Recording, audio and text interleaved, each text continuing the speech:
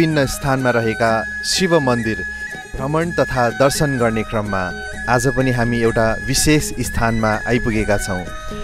काठमाडौँ महानगरपालिकादेखि लगभग 265 किलोमिटर पश्चिमतर्फ स्थित लुम्बिनी प्रदेशको सिद्धार्थ नगरपालिका अन्तर्गत भैरवा भन्ने सुन्दर सहरमा आज हामी आइपुगेका छौँ। विशेष गरेर नेपाल र भारतको बोर्डरमा स्थित भैरवा सहरको आफ्नै एउटा महत्त्व रहेको छ। हामीले जानकारी प्राप्त गरे अनुसार यस मन्दिर परिसरमा भारत तथा नेपालका विभिन्न स्थानबाट लाखौँ पर्यटकहरू आउने खबर प्राप्त गरे पश्चात आज हामी यहाँहरूलाई यो मन्दिरको दर्शन गराउन गइरहेका छौँ। साथसाथै यहाँहरूलाई घर बसी बसी यो मन्दिरको दर्शन गराउनेछौँ। आउनुहोस् मसँग भित्र जाउँ।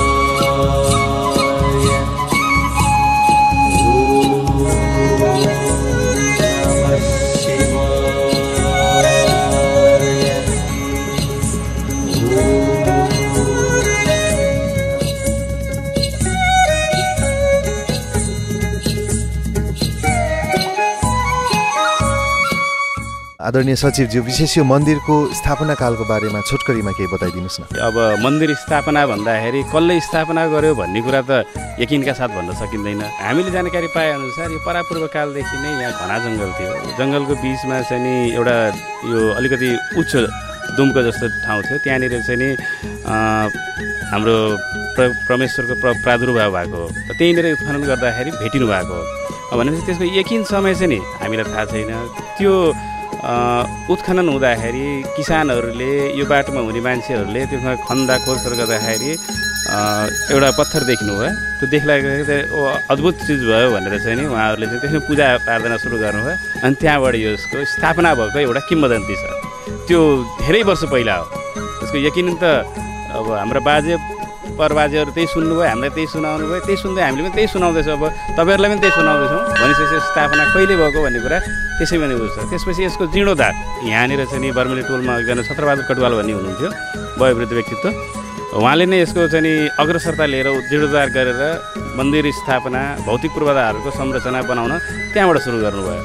अनि त्यसपछि अहिलेसम्म निरन्तर चलिआएको छ। कुन यस्ता विशेषताहरू यो मन्दिरको रहेका छन् जस कारणले गर्दाखेरि यति आकर्षण भक्तहरूमा उत्पन्न भएको छ?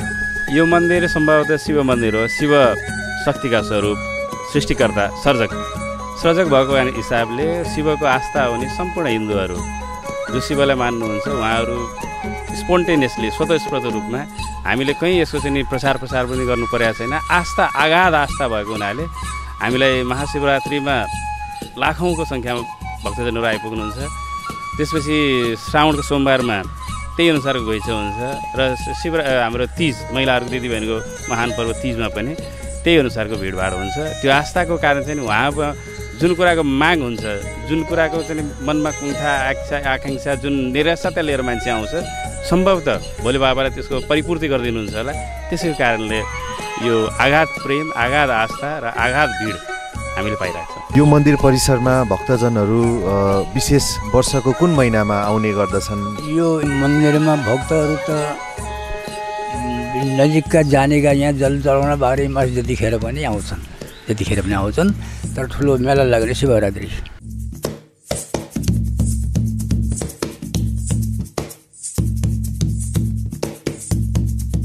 हजुर यो मन्दिर परिसरको मुख्य पुजारीको रूपमा सेवा गर्दै आइरहनु भएको छ। कति वर्षदेखि यहाँले यो सेवा गर्दै आइरहनु भएको छ? 2065 साल भदौदेखि यहाँ सेवा। लगभग 14 वर्षदेखि यो सेवा गर्दै आइरहनु भएको छ। गुरु मन्दिरको खुल्ने र बन्द हुने समय कति रहेको छ? बिहान 5 बजे सधैँ र अनि अलि पछि जस्तो हाम्रो दिन लम्बिँदै जाँदाखेरि त अलिक छिटै पनि खुल्छ। 4:30 बजे खुल्छ, नत्र 5 बजे हो खुल्ने समय। बन्द हुने 11 बजे। र शिव बाबालाई हजुरले पूजाआजा गर्दाखेरि कस्तो विधिहरू अपनाउनुहुन्छ यहाँले? पूजा अर्चना गर्दाखेरि त पञ्चोपचारले विशेष गरेर पूजा गरिन्छ र अनि रुद्राभिषेक पाठ हुन्छ सधैँ। अनि भोगमा चाहिँ यहाँले कस्तो सामग्रीहरूको प्रयोग गर्नुहुन्छ? भोगमा पञ्चमेवाहरू भयो, फलफुलहरू भयो, यस्तो पाकेको अन्नहरू चाहिँ मैले भोग लगाएको छैन। गुरु, विशेष हामीले देख्ने गरेका छौँ गाउँ सहरमा त्यस्ता कुनै विशेष समुदायहरू हुन्छन् जसले कुनै पनि शुभ कार्य जस्तै विवाह भयो, व्रतबन्ध भयो, त्यस्तो गर्दाखेरि उहाँहरू मन्दिर परिसरमा नआइकन उहाँहरूले त्यो कार्य नै गर्नुहुन्न। यस क्षेत्रमा पनि त्यस्तो कुनै समुदायहरू या त्यस्तो गतिविधिहरू रहेका छन् यो मन्दिरमा? रहेका छन् यस क्षेत्रमा पनि। जस्तो आफ्नो शुभ कार्यहरूमा, विवाह व्रतबन्धहरूमा पहिला भगवान्को दर्शन गरेर अनि आफ्नो गन्तव्यतिर लाग्ने र मनोकामना पूर्ण हुन्छ भन्ने एउटा विश्वास छ। मनोकामना पुरा भए पश्चात उहाँहरूले कस्तो भेटहरू चढाउने त्यस्तो कुनै यहाँलाई याद छ? धेरै छ। जस्तो कसैले बोले बाबा मेरो यो कार्य सिद्ध होस्, म कपुर बाल्छु, 5 किलो 1 किलो 2 किलो जसको जे जस्तो क्षमता हुन्छ कपुर बालेर हुन्छ कि घन्टी चढाएर हुन्छ कि या त भगवान्लाई कुनै उत्सव भजन कीर्तन गरेर हुन्छ कि कसैले चाहिँ रामायणको पाठ गराएर हुन्छ कि त्यसरी आफ्नो भाकल गर्नुहुन्छ। त्यो पूर्ण भएपछि यहाँ गरेका धेरै गतिविधिहरू छ। शिवलिङमा जल चढाउने प्रथा रहेको छ। मन्दिरको परिसरमा या बाहिर कुनै त्यस्तो जलको स्रोतहरू रहेका छन् जहाँबाट भक्तहरूले जल लिएर आएर चाहिँ यहाँ चढाउने गरेका छन्? हाम्रो पानीको स्रोत 3 ठाउँमा राखिएको छ। ह्यान्ड पाइप भयो, अनि पहिला त बोरिङै थियो, अहिले त्यो सुकेर ह्यान्ड पाइपमा परिणत भएको छ। 3 ठाउँमा हाम्रो बोरिङहरू छ।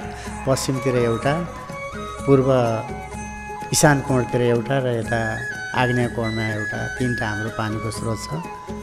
त्यसैबाट भक्तजनहरूले जल ल्याउनुहुन्छ र चढाउनुहुन्छ। अन्त्यमा गुरु, यहाँले आफ्नो जीवनको 14 वर्ष वा त्योभन्दा लामो समयदेखि भगवान्को पूजा आराधना गर्दै आइरहनु भएको हुनुहुन्छ। यहाँको व्यक्तिगत जीवनमा भगवान्ले हजुरलाई कुनै त्यस्तो अलौकिक साक्षात्कार भनौँ या दिव्य दर्शन गराएको यहाँको व्यक्तिगत जीवनमा त्यस्तो अनुभव छ? दिव्य दर्शन भन्ने कुरा त आफ्नो मनको कुरा हो। म त एकदम प्रसन्न छु र मेरो पहिला जुन अवस्थामा म एउटा एकदम निम्न स्तरमा पुगेर सेवाको लागि आएको थिएँ, निस्वार्थ सेवाको लागि, अहिले म धेरै माथि छु र मलाई धेरै खुसी राख्नु भएको छ। ओम शान्ति। कार्यक्रम शिवालय रहस्यको आजको अध्यायमा हामीले भैरवा स्थित श्री शिव मन्दिरको दर्शन गरेका छौँ। यस मन्दिर परिसरमा राष्ट्रिय तथा अन्तर्राष्ट्रिय क्षेत्रबाट लाखौँको सङ्ख्यामा भक्तजनहरू तथा पर्यटकहरू आएर दर्शन गरेका छन्। किनकि विशेष अहिले हामी लुम्बिनी प्रदेशमा अवस्थित छौँ। यहाँहरूलाई पक्कै पनि विचार आइसकेको हुनुपर्छ, लुम्बिनी प्रदेश अर्थात् महात्मा बुद्धको जन्मस्थल। यो स्थानबाट लुम्बिनी अर्थात् महात्मा बुद्धको जन्मस्थल एकदमै नजिक रहेको छ। साथसाथै भैरवामा अन्तर्राष्ट्रिय विमानस्थलको पनि लगभग तयारी सम्पन्न भइसकेको छ। यसकारणले आदरणीय दर्शकबिन, यहाँहरू पक्कै पनि यो क्षेत्रमा भ्रमण गरेर महात्मा बुद्धको पनि जन्मस्थलको लाभ लिनुहुनेछ। साथसाथै यो सुन्दर नगरी भैरवामा स्थित श्री शिव मन्दिरको पनि दर्शन पक्कै पनि गर्नुहुनेछ। यो मन्दिरको वास्तविक स्थापनाको वर्ष हामीलाई थाहा नभए तापनि यस स्थानमा यसरी बस्दाखेरि हामीलाई अति नै आनन्द आइरहेको छ। साथसाथै यसरी नै नेपालको विभिन्न स्थानमा रहेका शिव मन्दिरहरू हामी यहाँहरूलाई आगामी श्रृङ्खलाहरूमा दर्शन गराउने नै छौँ। यति भन्दै आजको श्रृङ्खलाबाट म विनोद अग्रवाललाई बिदा दिनुहोस्। धेरै धेरै धन्यवाद। ओम शान्ति। नमस्कार।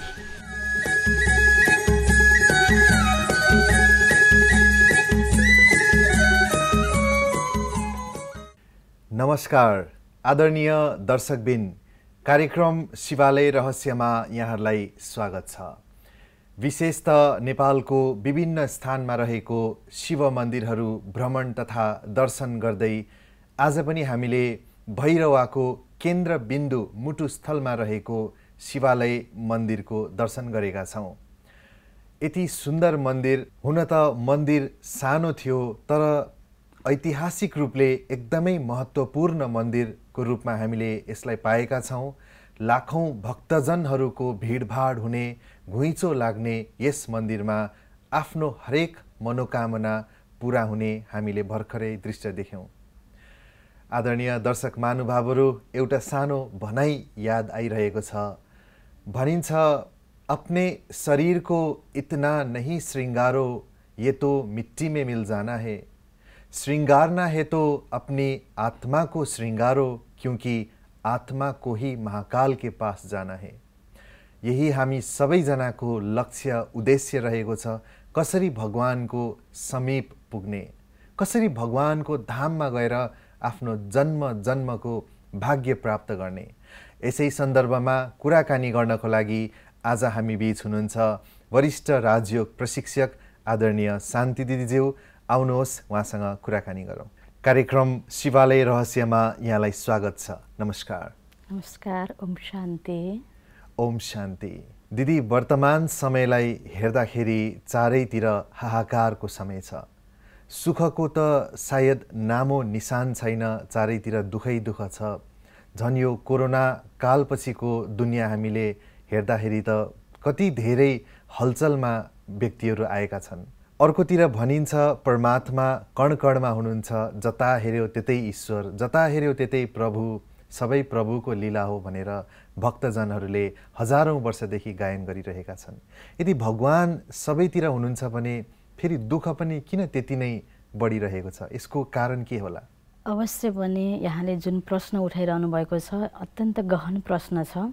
आज हामी हेर्छौँ यो संसारमा जताततै दुःख, अशान्ति, अतृप्ति, खिचातानी यस्तै प्रकारका अनेकौँ यस्ता विकृत रूपहरू बढिरहेका छन्, जसले गर्दा आज हरेक मानवलाई बाँच्न गाह्रो भइरहेको छ, जिउन गाह्रो भइरहेको छ। मान्छे हिँडिरहेको छ, खाइरहेको छ, तर एकदम भय भएको साथमा दिनहुँ यो संसारमा यस्तो भय वातावरण बढ्दै बढ्दै गइरहेको छ। हो, साँच्ची नै आज यो भयको साथसाथै यो भयबाट निस्किनको लागि, यो भय वातावरणबाट बाहिर निस्किनको लागि हरेक मनुष्य आत्माले परमात्मालाई पुकार पनि गरिरहेका छन्। र अर्कोतिर सबैको भावना यही छ कि परमात्मा जताततै व्यापक हुनुहुन्छ। म भित्र पनि भगवान, तपाईभित्र पनि भगवान, ढुङ्गो माटोमा पनि भगवान, कण कणमा, कुकुर बिरालो प्रत्येक यो प्राणीमा पनि भगवान। तर यसो सोचौँ त रियल्ली कि जताततै भगवान भएको भए यो परिस्थिति अवश्य पनि सिर्जना हुने थिएन होला। हो, भावनात्मक हिसाबले हामीले हेर्छौँ भने र हृदय भनेको यस्तो स्थान हो जसलाई नजिकको कुनै पनि व्यक्तिलाई, कुनै पनि चिजलाई, कुनै पनि अस्तित्वलाई राख्नु पर्यो भने त्यो हृदयको स्थान दिइन्छ।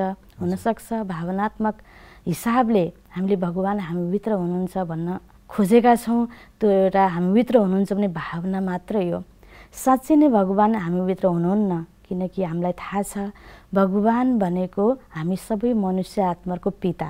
आज हामी सोचौँ कि एउटा पिता, उसको कुनै 4-5 बच्चाहरू छन् भने त उसको शारीरिक अस्तित्व त उसको बच्चाहरूको शरीरमा त व्यापक हुँदैन नि। उसको पिताको अस्तित्व अलग हुन्छ, बच्चाको अस्तित्व अलग हुन्छ, आफ्नै अस्तित्व हुन्छ। त्यस्तै परम आत्मा, उहाँ पनि आत्मा नै हुनुहुन्छ, तर हामी सबै मनुष्य आत्माहरू भन्दा परम हुनुहुन्छ। उहाँ परम आत्माको अस्तित्व छुट्टै छ र हामी एक मनुष्य आत्माहरूको अस्तित्व छुट्टै छ। हामी मनुष्य आत्माले यो शरीर लिएर यहाँ कर्म गरिरहेका छौँ। हामी हरेकको शरीरभित्र आत्मा जरुर छ, तर परमात्मा हुनुहुन्न। आत्मा परमात्माको सन्तान हो, त परमात्माको अंश हामीभित्र छैन, परमात्माको वंश जरुर छ, किन हामी परमात्माका वंश सन्तति, हामी आत्मा हौँ। यदि परमात्मा नै यहाँ भएको भए आज हामी हेरौँ, हामी हरेक मनुष्य आत्माहरूबाट विभिन्न प्रकारको गल्ती भइरहेको छ। परमात्मा हामीभित्र भएको भए हाम्रा कर्महरूमा ती गलत कर्महरू हुन्थेनन्, कर्महरू विकर्म बन्ने थिएनन्। हामी हरेक मनुष्य आत्मामा जो ताकत हुन्छ, जो शक्ति हुन्छ, यो शरीरको माध्यमले, यो प्रकृतिको माध्यमले हामीले कर्म गर्दै गर्दै आउँदाखेरि आत्मबल, त्यो मनोबल, त्यो शक्ति क्षीण हुँदै हुँदै आइरहेको हुन्छ। हामीमा जो ज्ञान पनि छ, अल्प ज्ञान छ, शक्ति पनि छ, त्यो अल्पकालीन केही क्षण भङ्गुरको शक्ति छ, तर त्यो परम शक्ति परमात्मा सर्वशक्तिवान हुनुहुन्छ, सदा सर्वदा पवित्र हुनुहुन्छ। त्यो क्षमता र सबै मनुष्य जीवनको लागि, हामी हरेक मनुष्य आत्माको लागि जो आवश्यक खजानाहरू हो, जो गुण हो, ज्ञान हो, शक्ति हो, यो सबै कुराहरू परमात्मामा भरपूर छ। त्यो कहिल्यै पनि त्यो परमात्माको भण्डारा कहिल्यै पनि खाली हुँदैन। अखुट भण्डार परमात्मा हुनुहुन्छ भने हामीमा घट्छ। जब घट्छ र फेरि हामी लिनको लागि परमात्मालाई पुकारा गर्ने गर्छौँ। जसरी एउटा मोबाइल जब चार्ज सकिँदै जान्छ फेरि हामी चार्ज गर्नको लागि हामीले त्यो चार्ज गर्ने स्थान त्यो बिजुलीको माध्यमले हामीले फेरि त्यो चार्ज गर्ने स्थानमा प्लग मारेर जोड्छौँ र मोबाइललाई चार्ज गर्छौँ। त्यस्तै तरिकाले आज हामी हरेक मनुष्य आत्मा यो कर्म गर्ने क्रममा प्रकृतिको प्रभावमा आउँदाखेरि, व्यक्ति वस्तु परिस्थितिको प्रभावमा आउँदा जब शक्तिहीन हुन्छौँ, मनोबल घट्छ अनि पुनः रिचार्ज गर्नको लागि परमात्मालाई याद गर्ने गर्छौँ। यदि परमात्मा यहीँ भएको भए फेरि हामीले याद गर्ने थिएनौँ। टाढा हुनुहुन्छ, कहीँ हुनुहुन्छ अनि अन्जानमा पनि आज भक्त आत्माहरूले त्यो परमात्मालाई याद गर्छन्। हे प्रभु दुःखहरू, हे प्रभु, त कहीँ परमात्मा हुनुहुन्छ अनि परमात्मालाई याद गर्ने बित्तिकै आँखा पनि माथि गइहाल्छ। भगवान् उपरवाला माथि हुनुहुन्छ, कान नभएर पनि सुन्नुहुन्छ अरे, आँखा नभएर पनि देख्नुहुन्छ अरे। फेरि एकातर्फ परमात्माको यो गायन पनि छ। त यहीँ भएको भए यो पुकारा प्रार्थना गर्ने थिएनौँ। र अर्कोतिर भनेको छ परमात्मा यो धरतीमा आउनुहुन्छ। त कहीँ हुनुहुन्छ तब त आउनुहुन्छ। अनि यो पनि आस्था र विश्वास मान्यता छ कि परमात्मा आउनुहुन्छ। त जब जब संसारमा धर्मको ग्लानि हुन्छ, अति दुःख बढ्दै जान्छ, त यो दुःखबाट मनुष्य आत्मालाई मुक्त गराउनको निम्ति, सुख शान्ति दिनको निम्ति, मनुष्य आत्मालाई मुक्ति दिनको निम्ति त्यो मुक्तिनाथ परमपिता परमात्मा धरामा आउनुहुन्छ। भनेपछि परमात्मा अलग हुनुहुन्छ, हामी मनुष्य आत्मा अलग छौँ र हामी मनुष्य आत्माले यो शरीरको माध्यमले कर्म गरिरहेका छौँ। यहाँ यो धरतीमा परमात्मा व्यापक हुनुहुन्न। तर आज के भयो, परमात्मा हाम्रो पिता हुँदाहुँदै पनि परमात्माको आज हामीलाई सही पहिचान भएन, विस्मृति भयो। हामी परम आत्माको साथमा परमधाममा हामी हरेक आत्मा थियौँ। हाम्रो घर एउटै हो। त हाम्रो रूप गुण हाम्रो अवस्था एक हिसाबले परमात्मासँगको समानता त्यो समान पनि थियो। जस्तो कि परमात्मा प्रेमको सागर हुनुहुन्छ भने हामी आत्मा प्रेम स्वरूप हो। तर त्यो समानता हुँदाहुँदै पनि जब हामी आत्मा धरामा आयौँ अनि ती गुणहरू हाम्रा हराउँदै हराउँदै गए अनि पुनः फेरि गुण रूप त्यो स्वरूपलाई प्राप्त गर्नको लागि परमात्मासँग हामीले सम्बन्ध स्थापित गर्नुको खाँचो भयो। तर यो बिचमा सम्बन्ध विच्छेद हुनाले परमात्मासँगको जो खजाना हो, जो सम्पत्ति हो, ज्ञान गुण हो, त्यो हामीमा भएन। त पुनः परमात्मासँग हामीले सम्बन्ध स्थापित गरेर लिनुको आवश्यकता पर्छ। त्यसकारण यही दिनको लागि परमपिता परमात्मा पुनः यो धरामा फेरि आउनुहुन्छ। त परमात्मा जसरी एउटा आगोको गुण तातो हुन्छ, त आगोको नजिक हामीले कुनै चिज राख्छौँ भने उसको आगोको सम्पर्कमा आउने बित्तिकै त्यो चिज पनि तातो हुँदै जान्छ। जब आगोबाट हामीले अलग गर्छौँ, पुनः पानीलाई नै हेरौँ, पानी तताउँछौँ, आगोको नजिक हुँदा तातो हुन्छ, आगोकोबाट टाढा राख्ने बित्तिकै पानी फेरि शीतल स्वरूपमा आइहाल्छ। यदि परमपिता परमात्मा त्यो सर्वगुण सम्पन्न परमात्मा हामीभित्र भएको भए त्यो परमात्मा गुण पनि हामीभित्र हुने थियो। आज छैन। त परमात्मासँग जो गुण छ आज हामीमा छैन र परमात्माको सम्पर्कमा आएर त्यो गुण हामीले आफूलाई भर्नको लागि त्यो परमात्मालाई आज हामीले याद गर्छौँ। तसर्थ परमात्माले हामीलाई त्यो सम्पन्न आत्मालाई यो धरामा पठाउनु भएको थियो। यो पुनर्जन्मको चक्रमा आउँदा आउँदा सतयुग, त्रेतायुग, द्वापर युग, कलियुग, यो युगको चक्रमा हामीले विभिन्न जन्महरू लिँदै आउँदाखेरि विभिन्न नाम रूपमा आफ्नो भूमिका निर्वाह गर्दै आउँदाखेरि आज हामी यो अवस्थामा छौँ। पुनः हामीलाई अब जो जानुपर्ने आफ्नो परमधाम घरमा हो, यो ड्रामाको स्टेजमा कर्म गर्दा गर्दा घर फर्किनुको जब समय आयो हामीलाई ड्रामाको बारेमा पनि विस्मृति भयो। अब याद दिलाउनको लागि कि बच्चे अब तिमीलाई घर फर्किनेको समय आयो, यो एक्ट गर्नेको समय पुरा भयो, अब पुनः तिमीलाई परमधाममा जानु छ। याद दिलाउनको लागि परमात्मा स्वयं ब्रह्माको तनमा यति बेला धरतीमा आउनुहुन्छ र हामीलाई यो ईश्वरीय ज्ञान आफ्नो पहिचान परमात्माले स्वयं दिनुहुन्छ। पुनः अब हामी परमात्मासँग जब सम्बन्ध राम्रोसँग स्थापित गर्छौँ भने त्यो परमात्माको सम्बन्धले, त्यो सम्पर्कले परमात्मा भएका सम्पूर्ण गुणहरू, सुख, शान्ति, आनन्द, प्रेम, पवित्रता, जो सन्तुष्टि, जो हामीलाई चाहिएको छ त्यो अब पुरा हुन्छ। त्यो लिनेको समय भनेको अहिले हो। बाँकी यहाँ अरू कुनै पनि समयमा परमात्मा व्यापक रहेर पत्ता पत्ता हिलाउने सबै कर्तव्य परमात्माले गरिरहेको हुनुहुन्न। मुर्दालाई पनि जिन्दा गर्छ भनिन्छ नि कहिलेकाहीँ। हो, यो सुनिन्छ।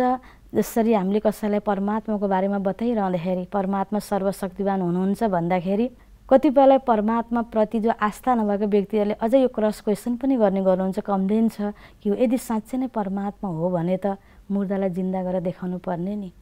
परमात्मा भनेको यो संसारको विधि विधाता पनि हो। जसरी एउटा कुनै पनि कार्यक्षेत्रमा, कुनै पनि व्यवस्थापन पक्षमा कोही व्यक्तिहरूले मिलेर एउटा विधि बनाउँछन्, त्यसको आफ्नै जो व्यवस्था हुन्छ, विधि विधान त बनाइसकेपछि स्वयं त्यो व्यक्ति पनि त्यो विधि अनुसार चल्नुपर्ने हुन्छ। जसरी एउटा टिचरले विद्यार्थीलाई पढाउने क्रममा जति पनि कुराहरू सिकाउन मिल्छ, जब परीक्षा हलमा गइसकेपछि टिचरले जुन प्रश्न दिएको हुन्छ विद्यार्थीले त्यो प्रश्नको उत्तर दिनुपर्ने हुन्छ। त्यति बेला त्यो टिचरले उसलाई सिकाउन मिल्दैन र उसलाई नम्बर दिएर पास गराउन पनि मिल्दैन। चाहे त टिचरले सक्छन् नि, तर त्यो विधि, त्यो व्यवस्था नै खलबलिन्छ। त्यो व्यवस्था, हजुर, त्यो व्यवस्थाको विरुद्ध त्यो टिचरले पनि त्यो कार्य गर्न सक्दैन।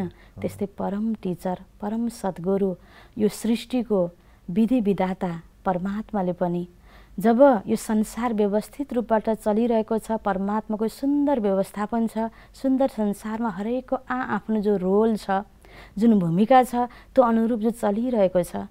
आज एउटा व्यक्ति मर्यो, यहाँ मुर्दा छ, त्यो आत्मा गएर अर्को ठाउँमा गर्भमा तयार भइरहेको पिण्डमा प्रवेश गर्नु छ। यदि परमात्माले यहाँ भ्युजाइदिनु भयो भने उता जहाँ जन्म हुनेवाला छ त्यो पिण्डमा आत्माको प्रवेश त हुँदैन, उताको पनि व्यवस्था खलबलिन्छ। परमात्माको शक्ति कहिले पनि दुरुपयोग हुँदैन। परमात्मा शक्तिवान भनेर यस्तो सानोतिनो हामी मनुष्य आत्माको इच्छा अनुसार परमात्माले आफ्नो शक्तिलाई दुरुपयोग गर्नुहुन्न। परमात्माले जो आवश्यक छ त्यो आवश्यकता अनुसार हामीलाई निर्देशन दिनुहुन्छ। त्यो निर्देशन अनुरूप हामीले कर्म कर्तव्य गर्नुपर्ने हुन्छ। तर परमात्माले जति बेला हामीले चाह्यौँ त्यति बेला नै परमात्माले कृपा गर्ने, आशीर्वाद दिने, अब जति बेला पनि आफ्नो शक्तिको प्रयोग गर्ने त्यो कार्य भने परमात्माले अवश्य पनि गर्नुहुन्न। परमात्मा आफ्नो फिक्स टाइममा आउनुहुन्छ, आफ्नो कर्तव्य पुरा गर्नुहुन्छ, हामीलाई सम्पन्न बनाएर परमात्माले संसारमा पठाउनुहुन्छ। यसरी कर्म गर भनेर परमात्मा एउटा गाइडलाइन दिनुहुन्छ। त्यो अनुरूप हामी सत्कर्म गर्दै गर्दाखेरि यो दुःख थिएन संसारमा। जब हामीलाई परमात्माले दिएको मत, त्यो निर्देशन हामीले बिर्स्यौँ, परमात्मासँग सम्बन्ध विच्छेद भयो अनि यो दुःखहरू बढ्दै गएको हो। अब यो दुःखबाट मुक्त हुनको लागि अब हामीले पुनः परमात्मासँग सम्पर्क स्थापित गर्नुपर्छ, आफूलाई चार्ज गर्नुपर्छ, शक्ति सम्पन्न बनाउनुपर्छ ताकि हामीबाट कोही गलत कर्म नहोस्। आज यो दुःख भनेको हामीले नै गरेका कर्मका प्रतिफलहरू हुन्। जस्तो कर्म गर्छौँ त्यस्तै फल हामीले प्राप्त गर्छौँ। त्यसैले अब हामीले सत्कर्म गर्नको लागि परमात्मा निर्देशनलाई हामीले पालन गर्दै जाउँ र यो निर्देशन वर्तमान समय परमात्माले अहिले यही धरामा आएर हामीलाई दिइरहनु भएको छ। दिदी, यहाँले भन्नुभयो आफ्नो कर्मको फल आफै हामीले भोग्नुपर्छ। सायद त्यसै कारणले नै होला आज संसारमा पाप सन्ताप बढिरहेको छ, दुःखको एकदम दलदलमा हामी मनुष्यहरू फसिरहेका छौँ। दिदी, भक्तहरूको अर्को पनि एउटा भावना हुन्छ भगवानप्रति कि गाउँ सहरमा हेरौँ कुनै पनि शुभ कार्य जब हामी गर्छौँ तब भगवानको शिवालयमा, मन्दिरमा या मूर्तिमा यसो आएर त्यहाँ ढोगेर केही विधिहरू गरेर कुनै पनि शुभ कार्य हामी प्रारम्भ गर्छौँ। यसको रहस्य के होला? किन यो गर्न जरुरी छ र? अघि जो प्रसङ्ग चलिरहेको थियो कि संसारमा जब दुःख बढ्दै गयो यसको मतलब यही हो कि हामीमा के भयो त भन्दा रिक्तता आयो, आत्मामा त्यो शक्ति भएन। जुन प्रकारको समृद्धि, जुन प्रकारको सुख, जुन प्रकारको तृप्ति हामीलाई चाहिएको थियो, अन्तर आत्माको जो चाहना थियो नि, आज यसो हेऱ्यो भने संसारमा धनको कमी छैन, आफ्नो परिवारजनको कमी छैन, मान पद प्रतिष्ठा बाहिर भौतिक तरिकाले हेऱ्यो भने आज मान्छे सागरमा पनि हैन डुबिरहेको छ, आनन्द लिइरहेको छ, आकाशमा पनि उडिरहेको छ। कुनै पनि चिजको भौतिक पक्षबाट हेऱ्यो भने आज संसारमा केही कमी नहुँदै पनि सुख साधनका सबै चिजहरू हुँदै पनि सुख सुविधाका लागि युज गर्नको लागि विभिन्न साधन हुँदै पनि आज मान्छेले कता कता आफूलाई खालीपनको महसुस गरिरहेको छ र आफूले जुन कर्म गरेर जुन विधिले व्यक्ति अगाडि बढिरहेको छ धन भएर सुख हुन्छ कि या परिवार जन राम्रो भए सुख हुन्छ कि यो साधन मैले घरमा जोडजाम गरेँ भने सुख हुन्छ कि तर त्यो प्रयासबाट पनि आज मान्छेले त्यो सुख सन्तुष्टि हासिल गर्न सकिरहेको छैन। यस्तो अवस्थामा हरेक मनुष्य आत्मालाई त्यो सदाकालको लागि त्यो सन्तुष्टि दिने त्यो स्वस्थता प्रदान गर्ने त्यो प्रकारको तृप्ति प्रदान गर्ने त परमपिता परमात्मा नै हुनुहुन्छ। त्यो एउटा भौतिक चिजबाट बाह्य जगतबाट पाउने कुरा होइन, त्यो अन्तर जगतको एउटा फिलिङको कुरा हो। जब कुनै पनि व्यक्तिले हामीलाई 84 व्यञ्जन दिइरहेको हुन्छ तर अलिकता झर्केर दियो, राम्रो भावनाले दिएन भने हामीलाई त्यो त्यति स्वादिष्ट फिलिङ हुँदैन। भावनाको कुरा हुन्छ यहाँ। बाहिरी चिजभन्दा पनि अन्तर आत्माको जो सोच, जो भावना, जो सोच्नेको तरिकाहरू सबै हेऱ्यो भने आज त्यो रिक्तता महसुस हुँदै गइरहेको छ र आफैले गरेका कर्महरूमा पनि एउटा आत्मविश्वास छैन। अनि के हुन्छ भन्दा प्राप्तिको लागि र सफलताको लागि परमात्मालाई मनुष्य आत्माले याद गर्छ। किन मैले जो गरिरहेको छु कता कता सफल हुँदिन कि भगवानले कृपा गर्नुहुन्छ, आशीर्वाद दिनुहुन्छ भन्ने मनुष्य आत्माको भावना छ। त्यो भावना एक ठाउँमा ठिक छ हो। परमात्मा दयाको सागर हुनुहुन्छ, हामी मनुष्य आत्माकै पिता हुनुहुन्छ। त आफ्नो सन्ततिको दुःख त परमात्माले देख्न चाहनुहुन्न। त परमात्मा कृपा र आशीर्वाद भनेको वर्तमान समयमा हामीलाई आएर सही दिशा निर्देश दिनु, श्रेष्ठ मत दिनु, यो नै परमात्माको हामी प्रतिको कृपा हो। त परमात्माको निर्देशनमा चलेर श्रेष्ठ कर्म गऱ्यौँ भने श्रेष्ठ कर्मको फल स्वतै फेरि हामीलाई राम्रो हुँदै जान्छ र हामीले जुन आशय राखेर मन्दिरमा गएर हामीले आशीर्वाद माग्छौँ त्यो अवश्य पनि हाम्रो मनको भावना पनि पुरा हुन्छ। त त्यसका लागि हामीले केवल माग्ने मात्र होइन, त परमात्माको हामी बच्चा बन्न त्यो अधिकारलाई लिनको लागि, त्यो योग्य पात्र बन्नको लागि परमात्माको निर्देशन अनुसार हामी आफ्नो जीवनलाई चलाउनु पर्ने हुन्छ। हजुर, अति नै सुन्दर दिदी यहाँले भन्नुभयो। विशेष त परमात्माको यति धेरै गाथाहरू, ज्ञान गुणका कुराहरू यहाँले सुनाउनु भयो। यस्तो लाग्दै थियो कि जसरी बाबा भोला हुनुहुन्छ त्यसै गरेर बच्चाहरू पनि यति भोला छन् कि हरेक कार्य गर्दाखेरि भगवानको दर्शन नलिकन उहाँहरू प्रारम्भै गर्नुहुन्न। तर विशेष गरेर आफ्नो कर्मको जुन शुद्धिकरणको बारेमा यहाँले ज्ञान सुनाउनु भयो। सायद आजदेखि उपरान्त हामी सबैजना त्यसलाई मध्यनजर गरेर आफ्नो हर कार्य सफल बनाउनको लागि ध्यान दिनेछौँ। विशेष त यही सन्देश हामीले प्राप्त गरेका छौँ। आज समय भइसकेको छ। यहाँले आफ्नो अमूल्य समय स्टुडियोमा दिनुभएको छ। यहाँलाई धेरै धेरै धन्यवाद छ। नमस्कार। धन्यवाद। ओम शान्ति। ओम शान्ति। आदरणीय दर्शकबिन, विशेष गरेर भैरवामा आज हामी केन्द्रित थियौँ। केन्द्रित हुँदै पनि भैरवाको सहरमा भइरहौँ जस्तो लागिरहेको थियो। यति सुन्दर मन्दिर, यति धेरै ज्ञान गुणका कुराहरू र आध्यात्मिक चिन्तनले ओतप्रोत भएर हाम्रो मन मस्तिष्क प्रसन्न भइरहेको अवस्था छ। भर्खरै मात्रै हामीले थाहा पायौँ परमात्मा कण कणमा हुनुहुन्न, परमात्मा सर्वव्यापी हुनुहुन्न, परमात्मा त एकै हुनुहुन्छ र उहाँ हाम्रो माता पिता बन्धु सखा सबै वहीँ नै हुनुहुन्छ। त्यसैले गर्दाखेरि आजदेखि हामीले भगवानलाई याद गर्दाखेरि विधिवत रूपले याद गर्छौँ भने बल्ल हामीलाई हाम्रो सुख शान्ति सम्पत्तिको अधिकार प्राप्त हुनेछ। यही नै आध्यात्मिक उद्घाटन आज हामीले प्राप्त गऱ्यौँ। यहाँहरूले जो जति शुभ कार्य प्रारम्भ गर्नुहुन्छ भगवानलाई साक्षी राखेर शुद्ध मनस्थितिले गर्नुभयो भने पक्कै पनि सफल हुन्छ। यति भन्दै आजको कार्यक्रमबाट म विनोद अग्रवाल बिदा हुन्छु। यहाँ सबैजनालाई धेरै धेरै धन्यवाद छ। नमस्कार।